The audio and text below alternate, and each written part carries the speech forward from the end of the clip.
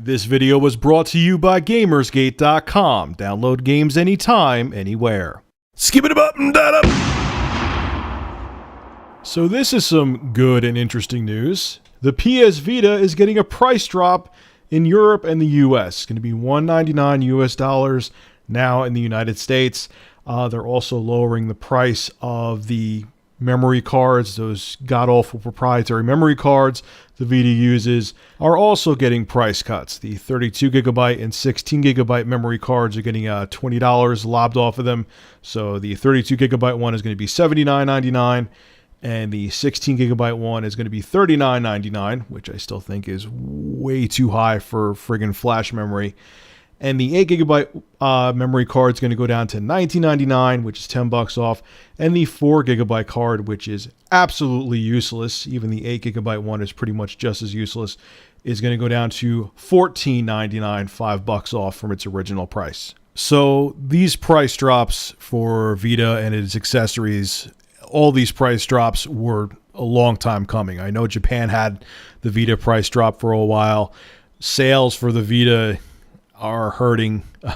Michael Pachter thinks the Vita is dead, which I think they could still turn it around. I have zero interest in it, but I still think it could have a chance. But what I really think that Sony needs to do is change the marketing of the Vita.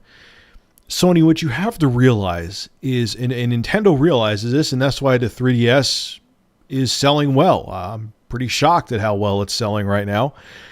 Is that people don't want watered down console experiences on the go. Most don't, okay? People don't want, Killzone for the Vita. People don't want, all of the games they could get on their PS3 and PS4 on the Vita. They just don't. They want those quick pick up and play experiences that you can get on the 3DS, that the DS had, that people get on their smartphones. They don't want these full-fledged Uncharted experiences on the Vita. If you're going to spend that much time on a game, most people that I know, including myself, want to spend that time in front of a big-ass flat screen, sitting on a couch, playing the game on a console, on that experience, or even like I play my PC games most of the time with a gamepad. I like to relax, lounge. If I have that downtime, I don't want to sit hunched over, a portable gaming console. And you tried it. I mean, it worked fairly well with the PSP, but it was also a different time too, especially now. But again, the DS destroyed the PSP in terms of the sales gap. Not that the PSP did horrible, it didn't, but you compare numbers, the DS sold a hell of a lot more than the PSP did. But now, especially that people are really just looking for those pick up and play experiences, you have to give it to them. You got to give them those experiences. I'm not saying, yeah, sure, come out with the Killzone, come out with all the other games that you're coming out with, but also give them those quick pick up and play games and show them that you have that varied library where people could sit down for 5 minutes with their Vita while they're on the train, or 20 minutes on the train, and then they could just save it, put the Vita back in their pocket, their purse, or whatever, and then you'll see your sales skyrocket. Yes, this price cut's going to help.